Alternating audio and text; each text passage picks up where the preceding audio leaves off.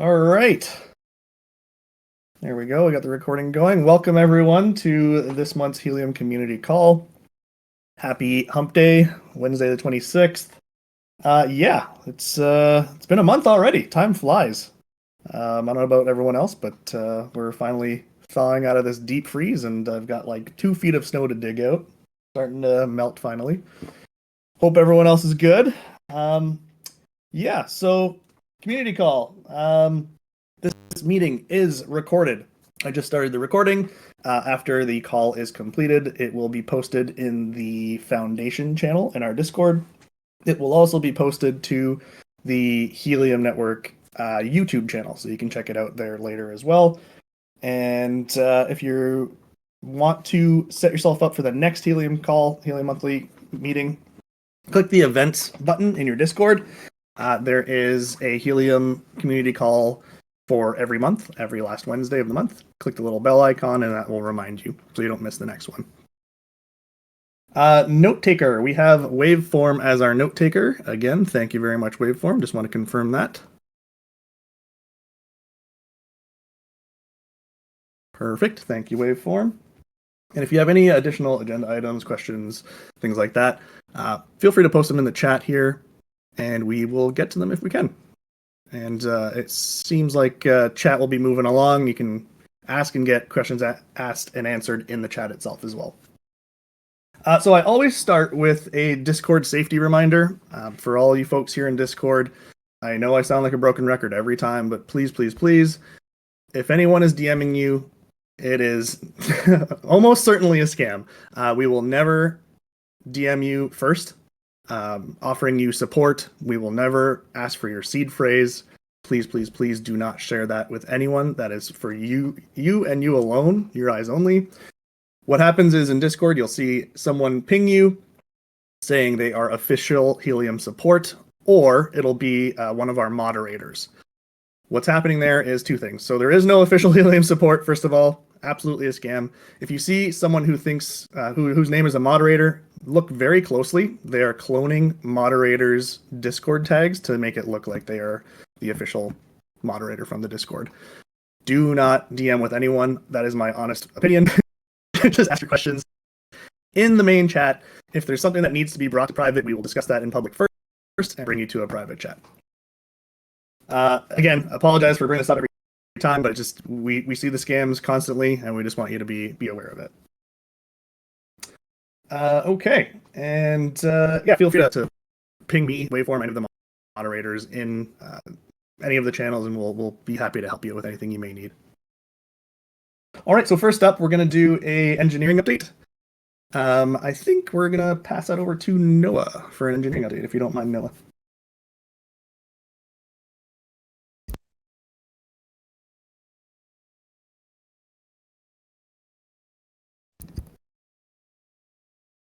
Not sure if you're talking, Noah, but we can't hear you. Oh, sorry. There we go. Now I can hear you. I had to turn on my fancy microphone. Take it away.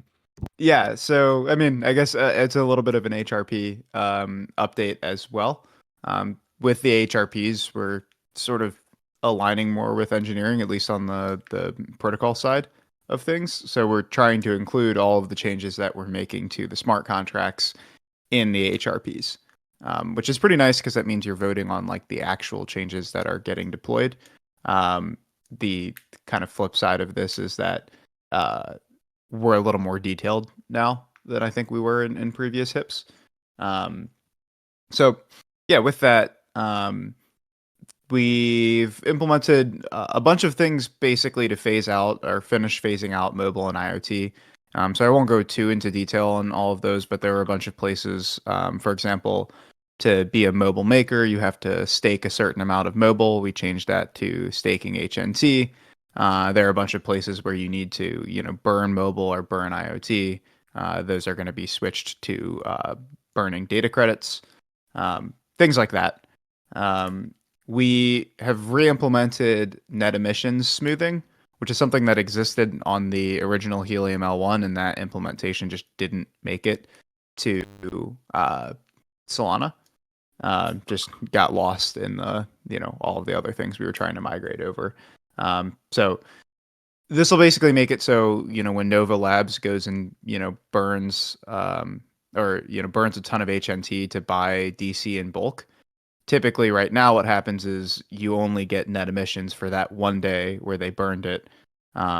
With smoothing, you instead get it for a few more days after that. I think we set the smoothing coefficient to 7 days. So over the course of 30 days, I think, a giant burn will get kind of evened out. It still respects net emissions, like it's never going to emit more than they burned. In fact, typically it'll be less than they burned, but smoothing is getting added back with this HRP. We have made a lot of progress on this thing that we've been building called TuckTuck, which allows automating transactions on chain. This is pretty exciting for a few reasons. The big one that we're adding is the ability to automate claims on your position rewards. So, like when you go and stake and delegate, you have to keep going and clicking the claim button. And when you click the claim button, it has to run a ton of transactions because it has to claim for each epoch that has passed for each position. We're upgrading the smart contracts with this HRP so that sometime over the next month we can release a feature where you can, pay some SOL to basically have the claims for your position automated for the entire lifetime of the position. So you don't have to do anything. The rewards just automatically land in your wallet. And we'll be hopefully doing something soon similarly for hotspot rewards. So if you're tired of clicking the claim button, you can set some schedule and feed it with some SOL, and it'll run those claims for you. Another thing we're doing is removing the freeze authorities on HNT, mobile, and IoT. We took those and set them to a smart contract authority just in case we ever needed them for like an escrowless staking. We clearly don't. And this shows up as a warning on a bunch of, like deck screener and things like that. So removing those, and we're also removing the IoT and mobile mint authorities since no more of those tokens ever need to be minted. So that, Abide, does that sound like I hit pretty much everything? Yeah, I think that's all the things. It's finished cleaning up HIP 138. It's removing the mint authorities on the 2 tokens. It's removing the freeze authority on all 3 tokens. And yeah, the automated claim thing is actually really important, I think, for user experience. And so hopefully this is kind of a valuable feature for folks in the community. It's something that we've wanted to build for a while. It might be worth talking about this like tuck infrastructure. It's essentially like if you're an engineer, you think about cron jobs. It's that, but on Solana, where there's a group of nodes that are incentivized to execute those claims for you. So that's how it works. It's purely done in Sol. It's a feature that we're actually opening up to a lot of Solana teams, and hopefully we'll see some other folks using it as well. Yeah, it does. There's some other things that we're using it for too, like governance, for example. When you vote, you create a little bit of state on chain, and I'm sure some of you have noticed it costs rent when you create state on chain. When that vote is over, we don't need that state to be on chain anymore, so it has to be cleaned up. And that's another thing we can use TuckTuck for, is it comes in and mops everything up.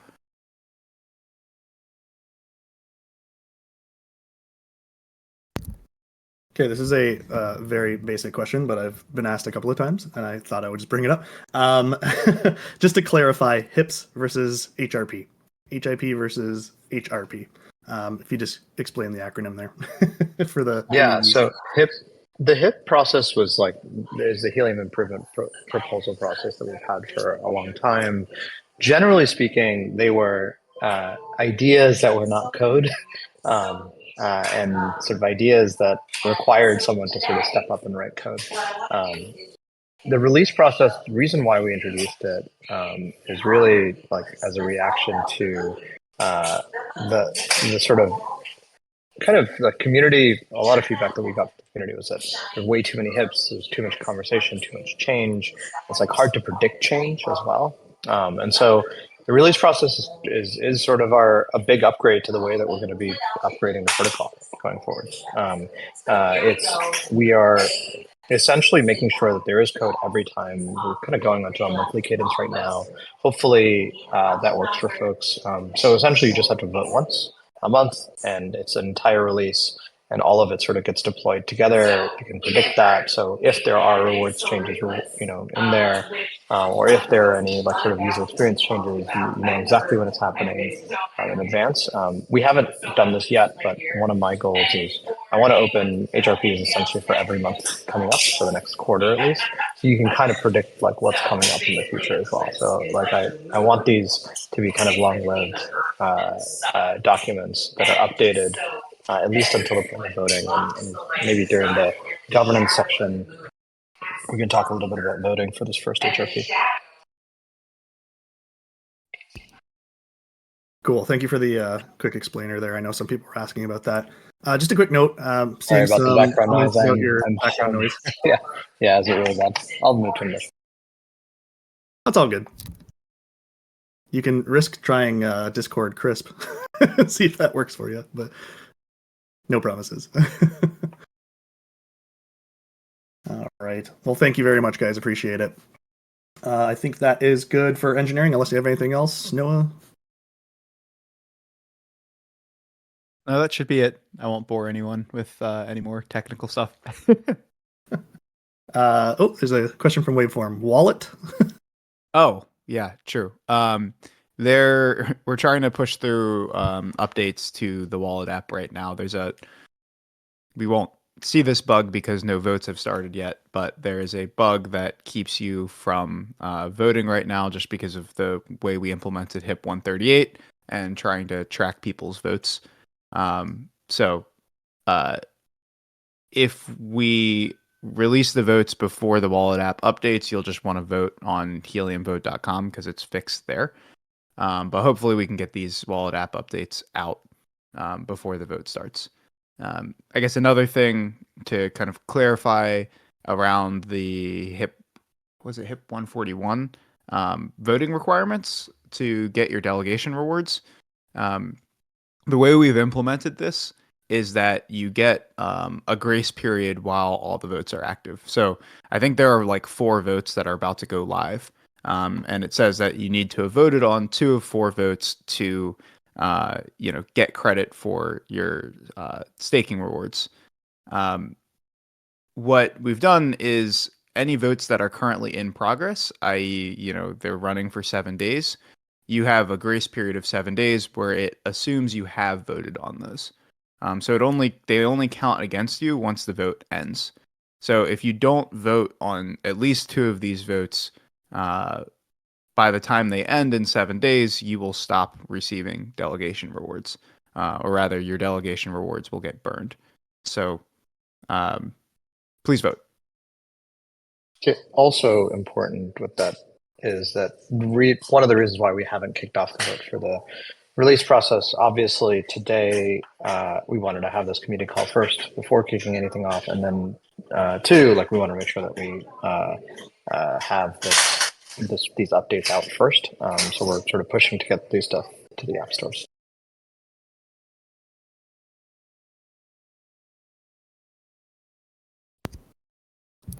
Cool. Yeah, thank you for the update there. Just seeing a question. Fairby saying maybe point out that delegations apply differently to the protocol score now. Oh, yeah. Well, I mean, they apply the same way, but the protocol score is different. So with HIP 138, now your delegations directly control the protocol score. It's just a linear thing. So if 60% of the delegated HNT is delegated to mobile and 40% to IoT, that's going to be the split. There's a smoothing factor to this, so it's not like changing too much from day to day. But generally, that's how it works. So, and the other thing here is it used to be that which network you delegated to changed the amount of rewards that you got because you were getting rewarded in those tokens. Now the 6% is just a global 6%. So it doesn't matter which network you delegate to, you will get the same rewards for the amount of VHNT you have. So if you're delegated, you should make your delegation to the network you believe in the most, basically. the network that you think provides the most utility, because by delegating to that network, you are increasing the rewards that all the deployers in that network get, all the mappers, everything else. So, you know, you definitely want to think hard about who you're delegating to. Can you hear me, Keenan? Yep, we can hear you. Go ahead. Yeah, I just had some numbers around that. So when we migrated to using HNT, a split for IoT to mobile was 75% It's currently up to 35 to 65% of HNT going to those two networks. The actual VHNT split is 42-58, but I expect it to settle in a week or two at about a 40-60 split. And then the IoT split will start dropping because there are no new delegations to IoT really happening at the moment, but the mobile delegations are remaining stable. So that's for all you delegators out there. Decide who you want to delegate to. It's interesting. I guess the other thing to be aware of here is delegations reset August 1st every year, and you have the entire month of July to effectively renew your delegation. And this is just to keep from these things getting stale. The same thing goes for proxies. We just don't want someone to like delegate or proxy and then they lose their wallet and it's just there forever.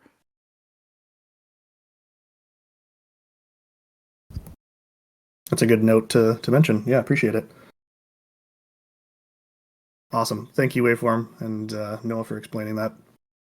Yeah, go delegate. Like Noah said, go into your wallet and governance section, and you can control it all from there. Okay, if that is it for engineering, we can always call you back up later, I suppose, if you think of anything else. But we will move on to events with British Guy, who is already up here. How are you, British Guy? Not bad, not bad. How's everyone doing today? It's good to be back. It's been a busy month in February on the road at the events. So there's a few sort of updates of where we've been and what we've got coming up. So Yeah. at the beginning of the month, we were over in Mexico City with the Apex, the Solana event that was going on over there. It was good to see a whole new sort of like area activated, if you like, over there. Lots of builders and seeing the community. We had Sam Lewis on stage there speaking about the network at large. And then we also had Longfi and Pepe, who kindly ran a workshop at the back, speaking all things sort of like deployment wise in Mexico City, which is interesting for the network. And then after that sort of thing, we went after, obviously, it was Consensus in Hong Kong. Consensus, it's their first year running it in Hong Kong. They've just come over from, changing up from being over in Austin. It was an interesting audience, very financial and sort of like totally different audience to what we were over in Mexico City with. Great to see, and that's obviously going to scale over the years. So that's a great new marketplace to so yeah, Frank Mong was over there speaking on many different stages, and Sam Lewis was also in town for that one, speaking again on many of the stages and interviews and podcasts. So if you've been keeping an eye on all the socials, you should have been seeing lots of images of us at events during February. That's good. So then upcoming, we've got a small conference speaking at the USC Blockchain Conference. That's a small speaking session sponsored by Van Elk. That's been happening at the 11th to the 12th of March at USC University. Obviously in New York, we've got DAS Blockchain event coming up on the 18th to 20th of March. I know Santiago mentioned that last month on the community call. We're going to have some of the team members in and around the conference, but still at TBD of what's going up on the main stage for the team wise. And then obviously April 30th to the 1st of May, Dubai, Token 24/9. It's going to be a big one. There's already talks of a big Solana mega mixer going on. About 15 teams are being involved in that across the Solana ecosystem on the day before, on the 29th of April. So if you're in town, do let us know, and we'll make sure you're there in the audience and participating. And then as we get close to that, many more things will start getting booked up, and we'll get more involved with that one over there as well. There should now be the events page on the Helium website, so you should be able to see where our upcoming events are taking place. And if you are at events or want to speak about events, you can always reach out to us at hello@helium.com as well. So always keep us in the loop of what you're doing. That's right. Yeah. And so that's a quick rundown, and the link's been posted there in the chat of the road trip that's coming up, sort of thing. I posted the links to Token 2049, the New York event, and USC as well in the chat there. So if you want to take a look, they're also in the call agenda that I posted earlier. So if you scroll up in the chat, you can find them there. All right. Well, thank you, Nikki. I appreciate it. Perfect. Get some sleep. I'm sure you're pretty jet lagged. Oh no, it's we're coming back down to earth after being in Hong Kong for a bit, but we're back on form now. Good Thanks, everyone. All right, and on that note, for events, so Helium Mobile is actually going to be in Austin around the same time as South by Southwest. So these dates and venues are actually in the agenda as well. So I'll just quickly note them. You can go take a look at the agenda. But Sunday, March 9th, they're going to be at the venues called My Swedish Friend. Monday, March 10th at Empire Garage. Wednesday, March 12th, Love Lamp Matcha. Thursday the 13th, St. Elmo's Brewery, location 1. And Friday, March 14th, Juiceland. So I know that's a lot of information to take. I'll once again post the agenda here in the chat. Just one moment. There you go. Okay, those dates and locations for Helium Mobile are in the chat, in the doc. If you have any questions, write us on the Discord. We'll be happy to help you out. All right. I think that's it for events. So we're going to move on to new HRPs and updates. So Hashcode or Noah, who wants to take that one? I can start off. I think the TLDR for today, for this community call, is we'd like to kick off the vote for the March release of the Helium Protocol. And I think there's a link in the chat about that earlier, and we can get reposted. And then we want to also kick off the votes for the IoT working group and the mobile working group. I think there are some last minute additions to the IoT working group candidate list. So we're waiting on that. But the mobile working group one is ready. And then I believe we want to kick off the inversion capital service provider proposal as well for a full community vote. The reason why that's not a part of the HRP is because it specifically is about adding a new service provider, and I think from a governance perspective, it makes sense for that to be sort of a first class thing. They need to stake. They are potentially eligible for rewards if they bring subscribers to the network. All that is important for the entire community to have. So yeah, that's the. Those are the sort of TLDR items. As I mentioned earlier, we do have one blocker of launching these votes. We want to make sure that no one hits any bugs. So we want to get these releases out for the wallet app first. So hopefully that gets done by UTC 0 tonight. That's in the late afternoon for folks on the West Coast and evening on the folks on the East Coast in the United States. But yeah, UTC 0 is a sort of target for these votes typically. If it has to be pushed to tomorrow, it's not a big deal. I don't think it'll push the release time much, if at all. So I'm still targeting the same release time that's also in the HRP. So yeah, that's a sort of general update. And yeah, jump into the chat channels, I think. Cool. Yeah, actually, a quick note on that. So an HRP discussion channel on Discord. I'm not sure. Was that a new channel that Waveform you're going to create, or is that we're going to repurpose?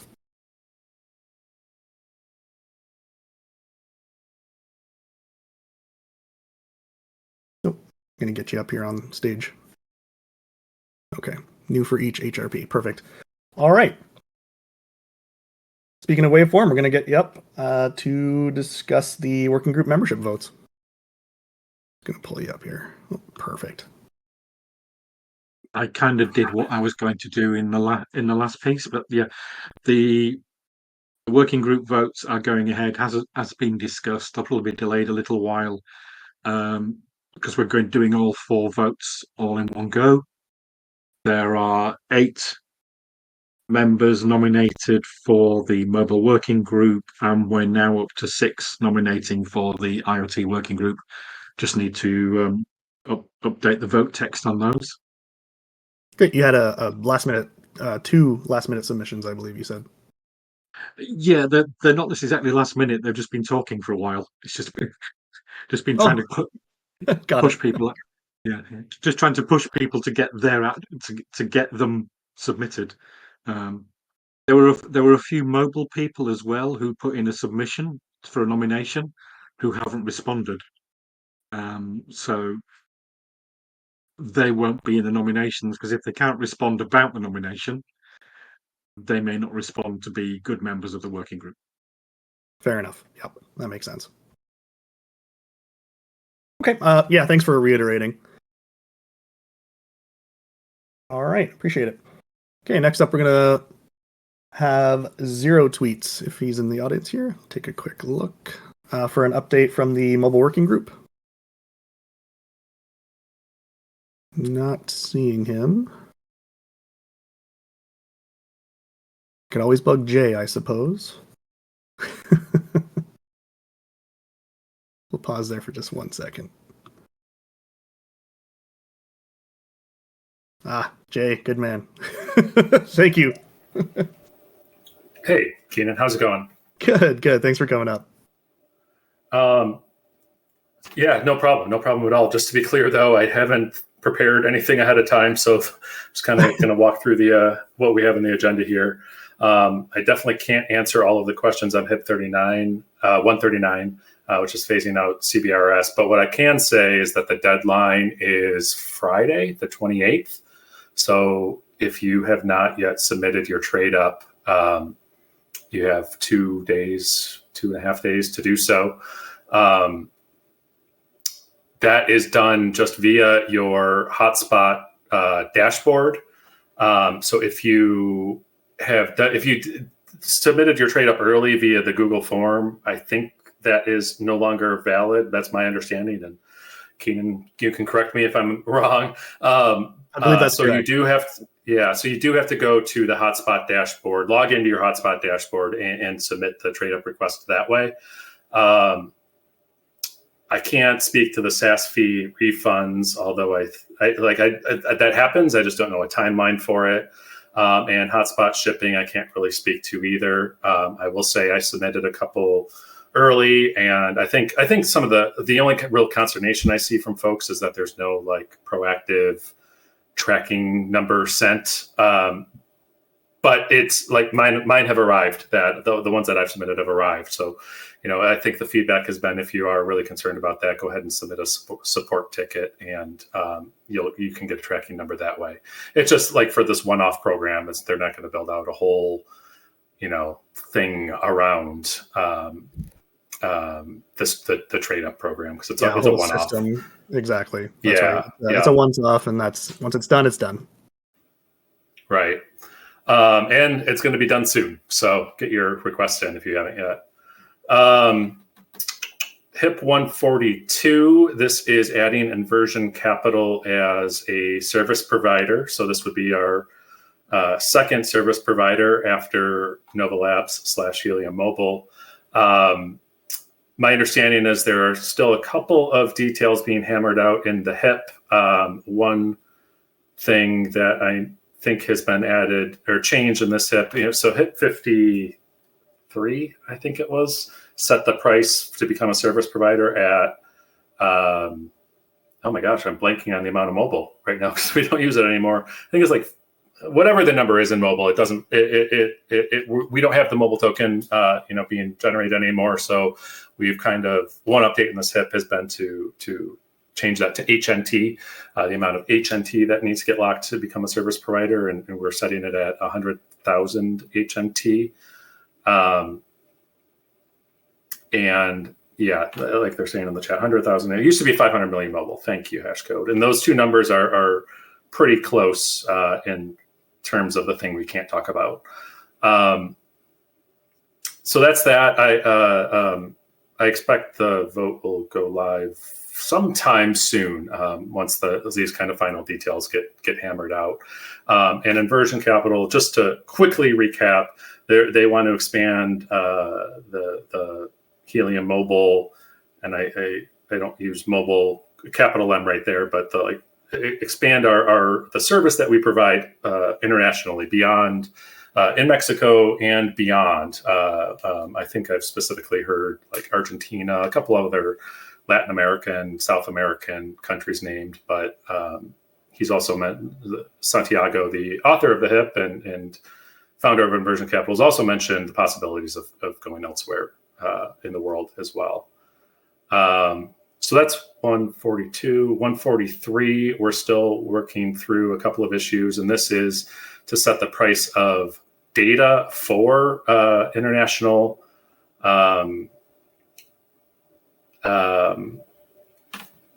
installations. So in the US, it's set at 50 cents as it currently stands. With Movistar in Mexico, that's at 20 cents per the contract that Helium Mobile signed with Telefonica. And that's kind of looking like what we're going to set it at in this HIP. But some of the details we still have to work through is how this is going to apply to other geographies and other service providers that might join. There are just a couple of issues in this HIP that we still need to work out. I can pause there if there are any questions on either of the HIPs. Yeah, just taking a look in the chat there. JB says 143 will likely just be a one-liner in the next HRP, which makes sense. It's just something we need to address, and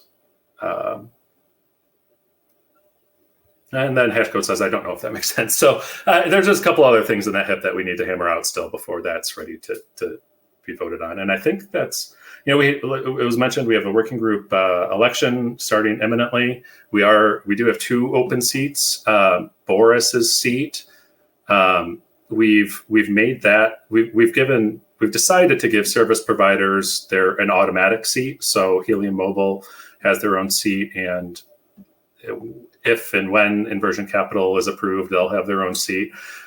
And one of our members is not running. JD is not running for re-election. This opens up 2 new seats this election for community members. But the impetus behind that change is to have all 10 seats on the working group be able to be filled by members of the community.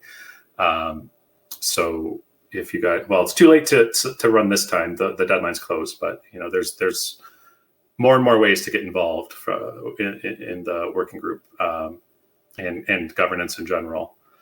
I think that's the mobile working group update. Awesome, Jay. Seriously appreciate you just jumping up here and giving that update. Always, you're so good at it. So for everyone, if you want to know where you can listen into the mobile working group, it is every Thursday at, I believe, 2 p.m. Eastern, 11 a.m. Pacific. You can find it in Discord by clicking the events link in the channel list. You'll see mobile working group there. Again, you can click a little reminder and it will remind you when the call starts. It is recorded. Every week it's recorded, and then it gets posted in the mobile working group channel in the pins. So if you miss a call, don't worry. We'll actually have it posted for you to listen to. I've also been experimenting with doing some summaries of the calls, AI summaries, and posting those to Discord, Twitter, etc. So if you don't have the time to listen to the entire call, you can at least get the summary of the discussions that had happened and the topics that were brought up. Okay. All right. Next up, we're going to move on to an update from the IoT working group. I think Joey might be running a little bit late. Let me just take a look, see if Joey is here. Let's see. Don't think Joey is here just yet, so we might just bump ahead a little bit. Let's see. Unless anyone from the IoT working group wants to chime in the meantime. Pause there for 1 second.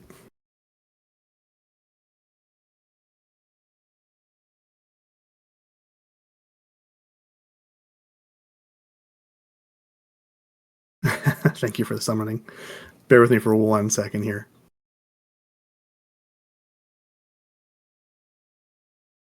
Nope, it looks like he's coming. We'll just hold there for 1 second.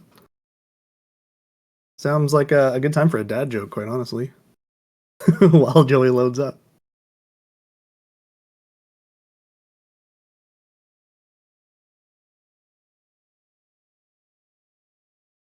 Hey, there he is.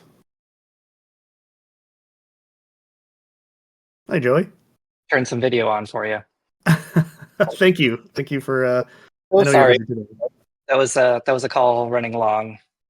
Some folks interested in LoRaWAN, and so you can't go wrong.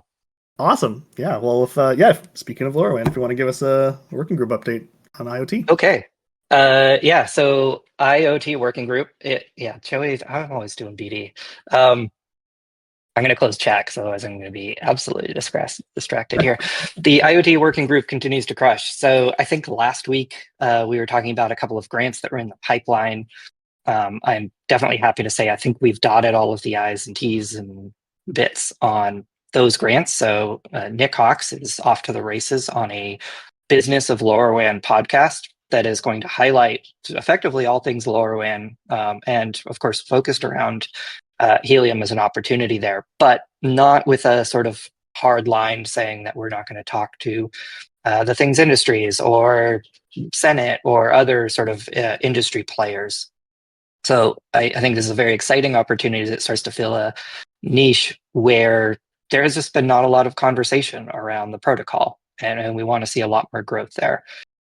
So very excited to see that take off. Let's see, on the side, we did have one grant proposal come through that the working group did not approve.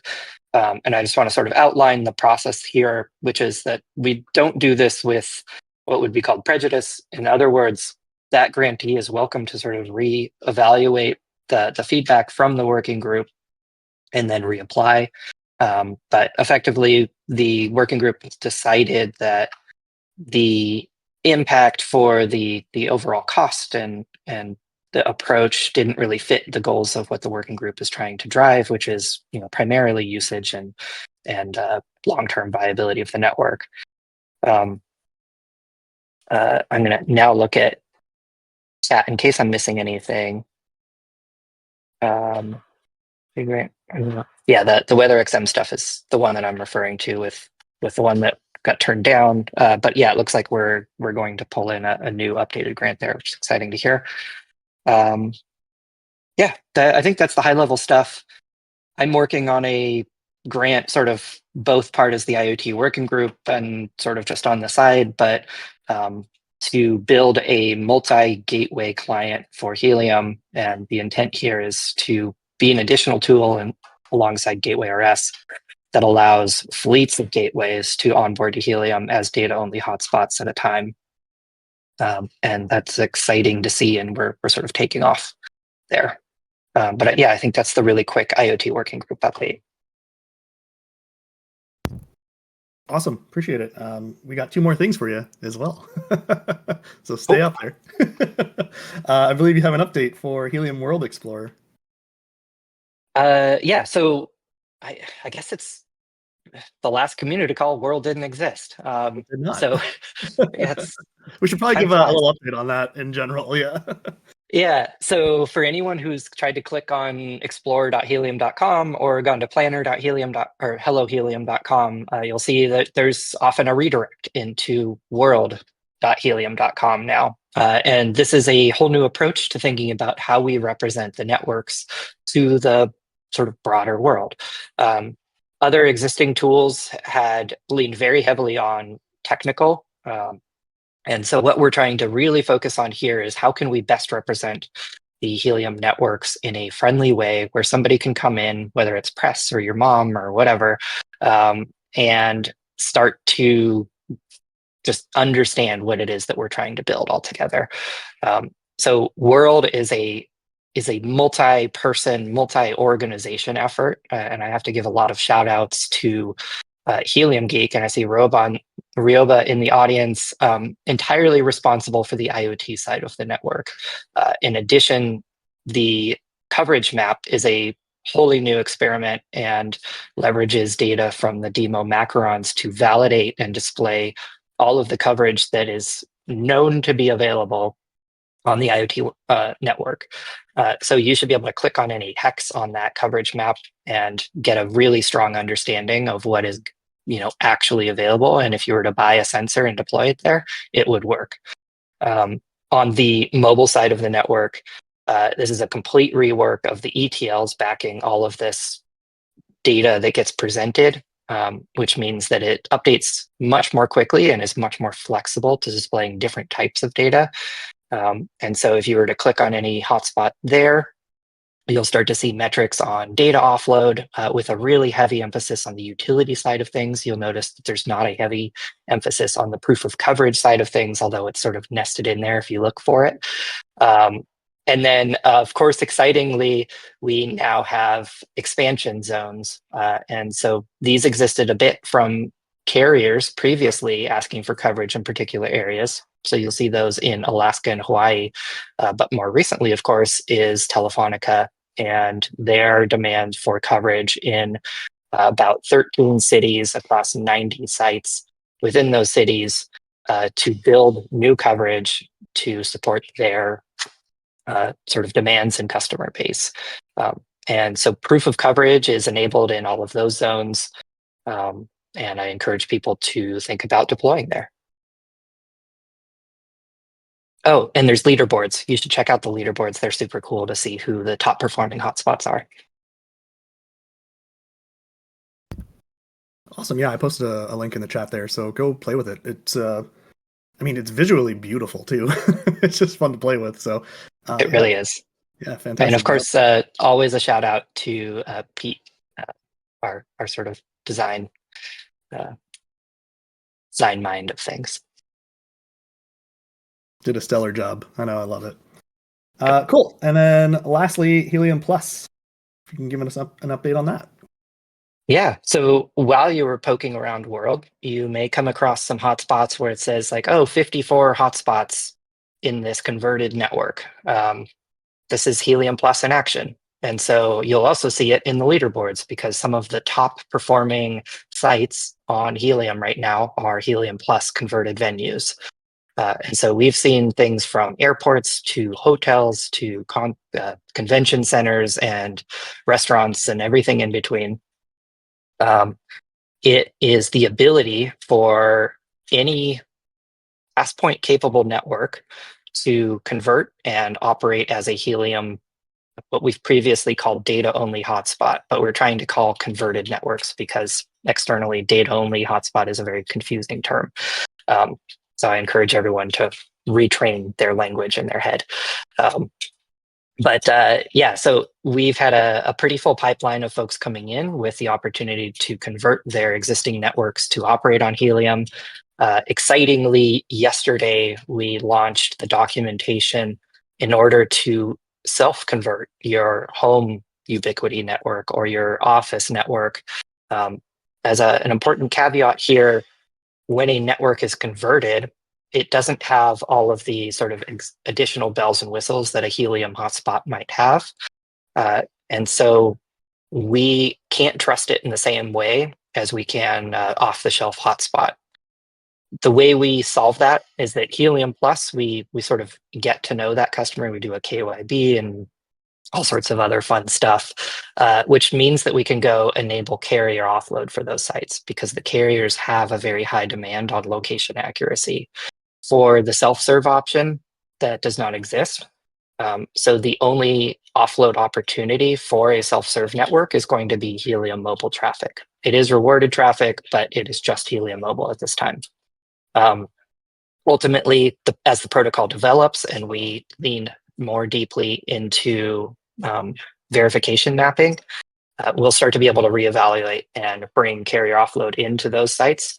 But in the meantime, Helium Plus is your venue if you want to see carrier offload happening. And we'll be working on some processes to convert self-serve deployments into Helium Plus deployments, sort of through migration of that entity and stuff. But if you have questions on anything Helium Plus related or anything brownfield or self-serve conversion created, jump into the Helium Plus channel. It's probably not perfectly named, but it tends to be where I'm trying to keep an eye on things to answer those questions. It's a lot. Sorry. No, don't apologize. That's great. That was great information. I did post a link to helium.com/plus where you can learn more about it, and the Helium Plus channel that Joey just mentioned. I put that in chat as well. So if you have any questions or want to discuss it, jump in there. And I'll grab the docs link and drop it in there as well. Perfect. And yeah, we're still using brownfield and greenfield terminology, right? Just moving forward. Internally, yes. Externally, trying not to, because they just don't make sense. Fair enough. For those who don't know, brownfield would be considered like Ubiquity and all that kind of other stuff. Greenfield would be the actual Helium mobile hotspots. Yeah, so you just proved my point. Had to explain it. Exactly. Right. Okay, yeah, just looking in the chat to see if there's any other questions or comments. We are coming to the end of the call. Yep. I did see a call for some stats in Helium World. I'm sure Bai is also pointing at that comment. We're gonna work on some stuff there. Cool. Right on. Yep, there it is. All right. There you go. When stats. All right. Anything else to add, Joey? I think that is the last I had for you. Yeah, just 2 topics. I think that's good. Cool. All right. Well, thank you very much. I appreciate it. Yeah, thank you. Okay. Well, we are coming to the end of the call. And just one more quick reminder. I know I mentioned it at the events side when we had the events portion. But again, Helium Mobile will be in Austin between March the 9th and March the 14th. The locations and dates of specific venues are in the call agenda for today. I posted it in the chat. Actually, I'll post it one more time here. You can find it under the events section. This is during South by Southwest. Please, please, please, if you're in the area, stop by, visit, say hello. Quite a few people will be there, and yeah, it'll be a fun time if you want to see some Helium folks. Our next Helium monthly meeting is going to be, let's see here, Wednesday, March the 26th. I believe the time is actually incorrect in the the Discord there, so I'll correct that. But it is at noon Eastern, 9 Pacific. And once again, this call will be recorded, posted in the Foundation channel. And you can listen to that later today. And yeah, I think that is all. Oh, I'm looking at waveform. Oh, look at that. Group plans are back. Coming in last minute there. Hey, waveform, if you wanted to jump in and talk about it, by all means, go for it. I think a lot of people have been waiting for this. It's exciting to see. Yeah, that is fantastic. So there you go. Thank you, Waveform, for posting that link. Go check out the group plans. That's pretty awesome. Other than that, thank you everyone for joining. Enjoy the rest of your weekend, and we'll see you in the chat. All right, Cool. have a good Thanks, one, everyone. Kaden. Thank you. Bye-bye.